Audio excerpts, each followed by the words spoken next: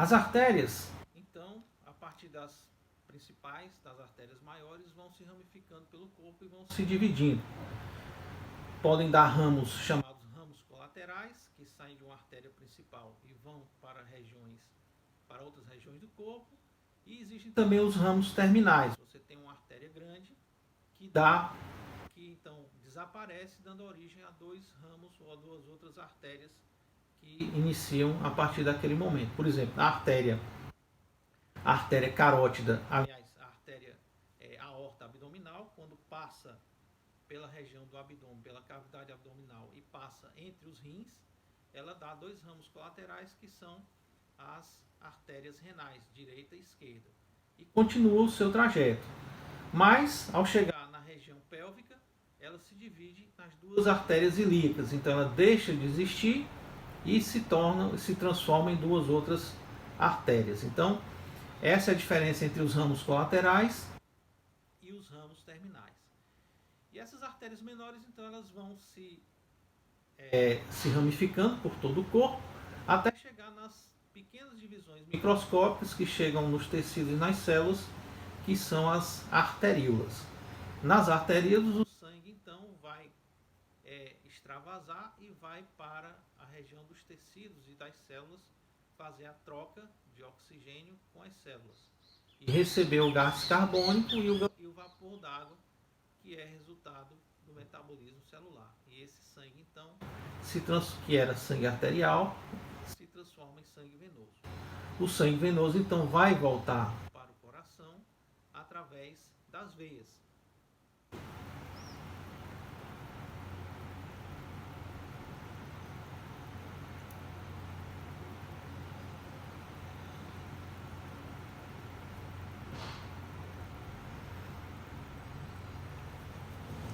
As veias já vão ter uma conformação diferente das artérias. Elas vão perder a força hidrostática do coração, ou seja, o sangue, depois que circula por todo o corpo, ele perde a força de impulsão da contração cardíaca. Então as veias, elas têm que lançar mão de outros mecanismos para trazer o sangue de volta para o coração. Inicialmente nós temos a própria estrutura da veia. A gente observa aqui que é bem diferente da artéria. Enquanto que a parede da artéria é grossa, espessa e elástica, a parede da veia ela é fina, como se fosse uma folha de papel. E a sua cavidade também é maior, é mais larga. Então, a parede venosa, a estrutura venosa, ela é mais fina, menos elástica e a sua cavidade é maior. Isso exatamente para oferecer menos resistência à passagem do sangue. Outro mecanismo é que nos segmentos inferiores do corpo, aqueles que ficam abaixo do coração, às vezes apresentam essas bolsas, que são chamadas de válvulas venosas. São bolsas que se projetam para dentro da cavidade da veia, no sentido contrário do fluxo sanguíneo, fazendo com que o sangue, depois que passe por determinadas regiões, ele não sofra o refluxo no sentido contrário. Depois que o sangue passa, elas se fecham, ocluem a passagem à cavidade da veia e impedem então que o sangue volte no sentido contrário. Outro mecanismo utilizado pelas veias é a contração muscular. Principalmente na região dos membros inferiores, mas também nos superiores, à medida que você contrai a musculatura, esses músculos comprimem as veias que passam perto deles, próximos a eles, e ajudam então a impulsionar o sangue no seu interior. É por isso que quando você passa muito tempo em uma determinada posição, parado, ou sentado, ou em pé, os seus membros inferiores, principalmente os pés, eles incham, exatamente por acúmulo de líquido, por diminuição do fluxo sanguíneo venoso. Quando você se movimenta, a contração muscular então ajuda a impulsionar o sangue no interior das veias e ajuda então nessa circulação.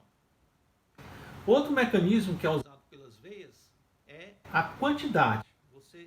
Nas várias regiões do corpo, você tem sempre uma quantidade bem maior de veias do que de artérias, o que faz com que você crie caminhos de fluxo sanguíneo alternativos e facilita então esse retorno do sangue para o coração. Tomando como exemplo, por exemplo, também os membros superiores e inferiores. Sempre você vai ter duas redes de veias nessas regiões. Você tem as veias superficiais, chamadas de veias subcutâneas, que são essas veias que você observa logo abaixo da pele, e as veias profundas, que caminham junto com as artérias profundamente. E mesmo essas veias profundas, elas sempre são em número maior do que as artérias. Para cada artéria de uma região, geralmente você tem duas veias acompanhando. E além disso, você tem sempre essas duas redes, a rede venosa subcutânea e a rede venosa profunda. Além disso, entre essas duas redes venosas, superficial e profunda,